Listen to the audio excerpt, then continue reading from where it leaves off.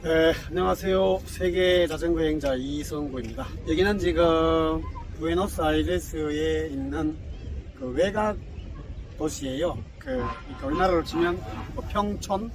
이제 제가 그 남미 각 나라 세 달 살아보기 프로젝트 뭐 다 모든 나라가 세 달은 아니었어요.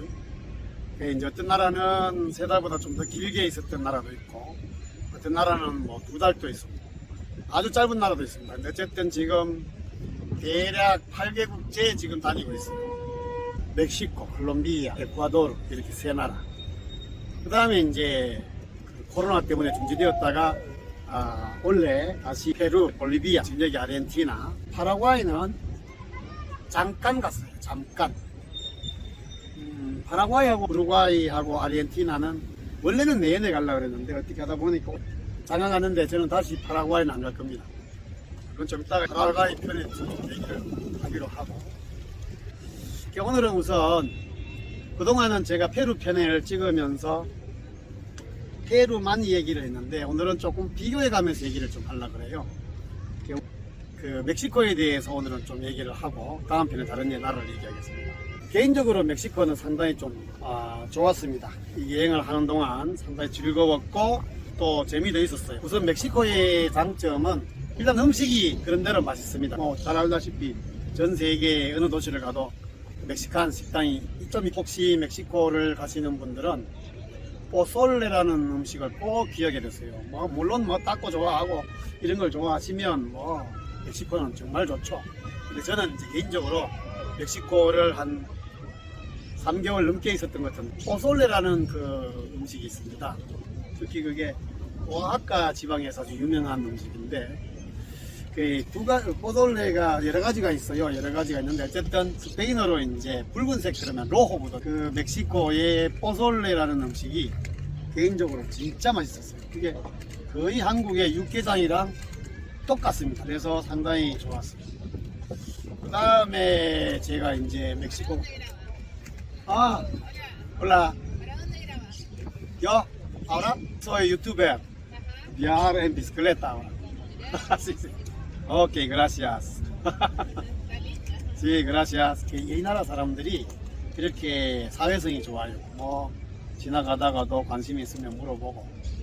어쨌든 근데 이제 약간 아쉬운 게 우리나라 육개장은 밥에 비벼 먹잖아요. 밥을 넣어서 먹는데 이 나라 밑에 깔려있는 마지막 탄수화물이 옥수수. 그래서 그게 좀 아쉽습니다. 옥수수가 알도 크고 그래서 별로 맛은 저는 그게 좀 별로였어요. 어쨌든 그래도 그 한국 음식의 맛을 좀 달랠 수 있는, 향수를 달랠 수 있는 음식이 포졸레입니다. 그리고 또 뭐가 제가 이름은 까먹었는데, 그러니까 이제 그게 스페인어로 아마도 그게 예노 데 아히, 아히 예노 데 아히라고 하기도 하고, 아히 예노스라고 하는데, 예노가 이제 가득 차다는 뜻이고, 아히가 고추예요, 고추. 그래서 멕시코 음식이나 제가 페루에서도 그걸 먹어본 적이 있는데 비슷한 게 있습니다. 이게 뭐냐면 고추 안에다가 우리 왜 고추 튀김 있죠? 고추 안에다가 왜 이렇게 돼지고기 다져가지고 넣어가지고 튀기는 거 있잖아요. 그게 남미 지방에 있는데 멕시코에 아히 예노가 있습니다. 그게 저는 원래 그 고추 튀김을 되게 좋아해서 그래서 아주 멕시코에서는 그걸 자주 사 먹었어요. 근데 어쨌든 멕시코는 일단 음식이 맛있습니다. 그 다음에 멕시코의 또 다른 장점은 각 도시나 그 마을마다 가지고 있는 그 문화가 상당히 재밌어요. 오아하카, 산미겔, 아옌데, 그다음 가나후아토 이런 각 그 지역마다의 어떤 특징 그런 문화가 워낙 다양해서 상당히 재밌습니다. 그래서 저는 개인적으로 멕시코가 좀 좋았어요. 그런 점에서는. 그 다음에 또 좋은 점은 뭐냐면 사람들이 굉장히 경쾌합니다.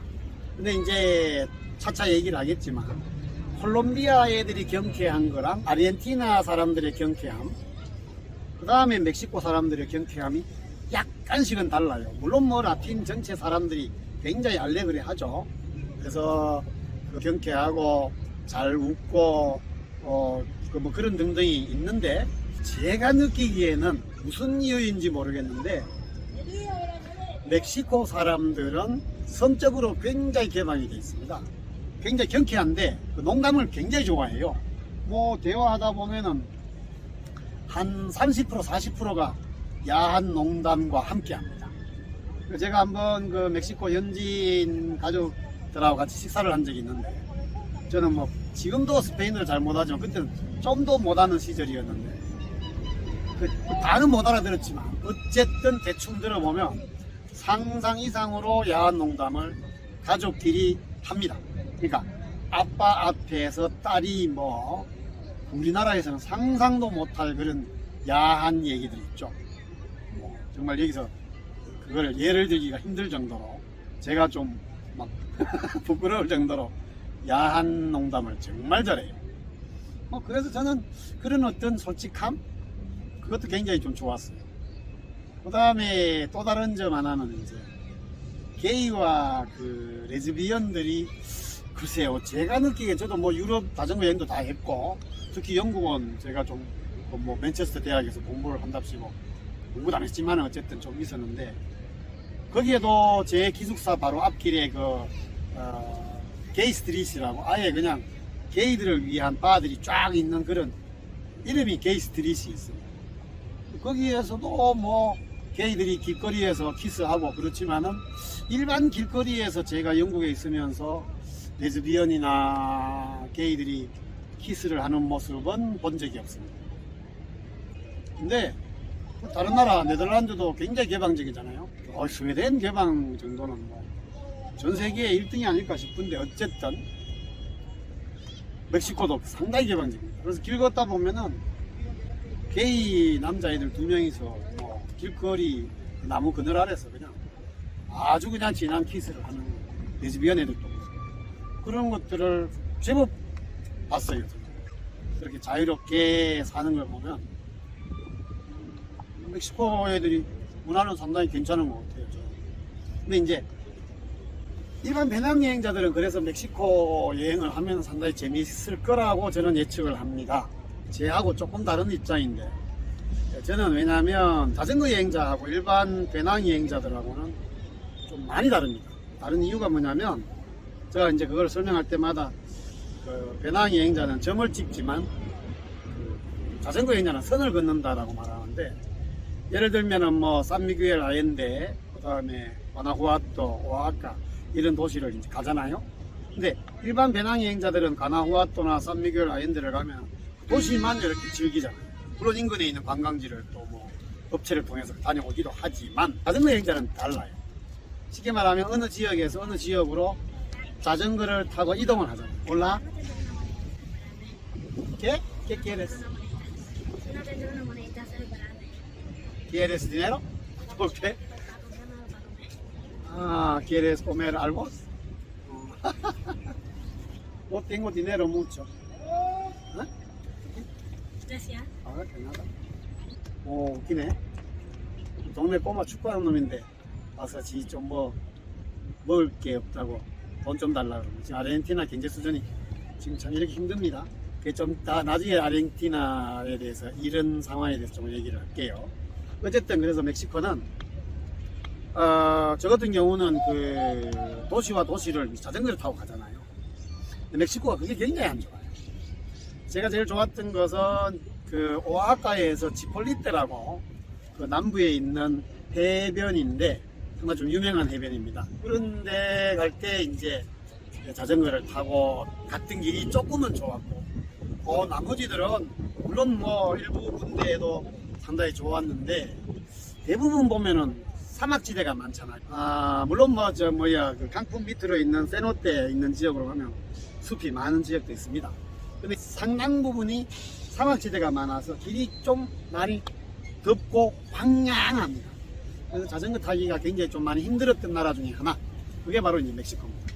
근데 좀 나중에 또 얘기하겠지만 콜롬비아나 페루가 갖고 있는 그 안데스 산맥의 웅장한 대자연은, 그곳의 웅장한 대자연에 비해서 멕시코는 그런 대자연이 별로 없는 나라. 그래서 조금은 좀 많이 힘들었던 나라 중에 하나예요. ¿Qué está haciendo? Soy youtuber, así que hacer una video. Argentina, Argentina, ok. Argentina, vamos a Argentina. Síganme en Instagram, 23. Thiago Fritz. Síganme. ¿Cuánto? YouTube. síganlo, suscríbanse y like. ¿La vuelta? 이제 한국인들이 많이 가는 깐쿤에 대한 얘기를 좀. 신혼여행지로서는 뭐 정말 좋은 곳일 거라고 추측을 합니다. 거기에 가면은 미국 애들이 많이 와서 고급 호텔, 뭐 돈 많은 놈들이 거기 와서 여유롭게 물가 저렴한 멕시코의 고급 호화로운 호텔에서 많이 지낸 탓에 정말 고급 호텔이 많아요. 저한테는 조금은 안 좋았습니다. 왜냐하면 저는 뭐 자전거를 타고 그 해변가를 달리면서 이제 그 자연을 즐기잖아요. 근데 제가 다른 편에서도 한번 얘기를 했는지 모르겠습니다만 그 가장 극단적인 나라가 저는 미국이라고 생각합니다. 그 여러분들 그 프라이빗 비치라는 게 가능합니까? 제가 이제 그 옛날 논술 강사할 때 우리 공공재 개념을 얘기할 때 공공재 중에 최고로 올라가면은 자연이 나옵니다. 자연은 분명히 공공재죠, 그죠? 그거는 일부 어떤 개인이 자연을 점유하고 이거는 내 거야라고 외쳐버리면 그거는 큰일 납니다, 그죠? 이 바람의 주인이 있습니까? 햇살의 주인이 있습니까? 공기의 주인이 있어요?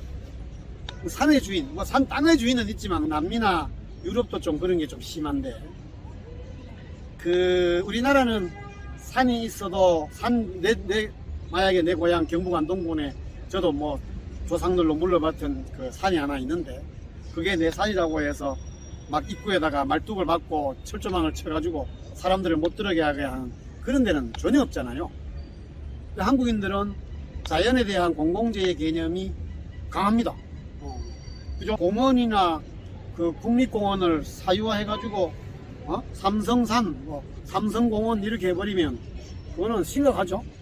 사유화된 공원 이렇게 해버리면 그건 안 되죠.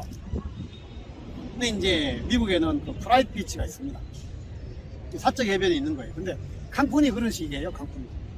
그래서 뭐 좀 경치 좋은데 저는 이제 자전거를 타고 가서 제가 갖고 있는 희한한 방법 중에 하나가 이제 뭐 예를 들면 텐트를 어디에 치냐면 아주 고급 호텔 인근에 바로 옆에 조금 지형이 텐트 칠만한 장소가 있고 그 다음에 풍경이 그 호텔이 풍경이 좋은 데를 차지할 거 아닙니까? 그러면 그 인근에다가 텐트를 치고 하면은 그 식당에 가서 한 번 정도 밥 먹으면서 와이파이 비밀번호 찾아내면은 그 옆에 텐트 치고 있으면 뭐 전기 충전할 때도 거기 가서 밥 한 끼 사 먹으면서 전기 충전도 하고 그 다음 와이파이도 무료로 쓰고 정말 좋거든요. 근데 칸쿤에서는 그게 매우 힘듭니다. 경치 좋은 곳은 모든 곳이 다 프라이빗이 돼가지고 사적 소유가 돼가지고 그 캠핑 생활을 즐길 수 있는 곳이 정말 없었어요. 그래서 제가 그 툴룸 칸쿤 위쪽으로 올라와서 거기에서 한 일주일 가까이 있으면서 그 인근에 있는 세노테 지방도 많이 다니고 뭐 여러 군데 여행도 많이 했습니다만 저 개인으로서는 멕시코는 그런 점이 조금은 불만스러웠어요. 그래서 멕시코는 제가 다닌 남미 여러 나라 중에서 사람들이 좀 좋았어요. 사람들. 그 다음에 다른 나라와 비교하면은 자연이 특히 저는 뭐 바다는 좋은 데가 많죠. 칸쿤 뭐 여인의 섬, 이슬라스 무헤레스 이런데 그 카리브 해 위쪽으로 뭐 경치 좋은 데는 엄청나게 많죠. 바다는.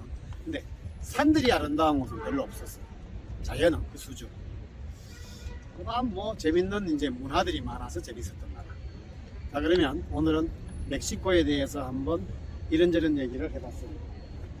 그러면 다음 시간에 또 만나기를 기대하겠습니다. 차오. 헐.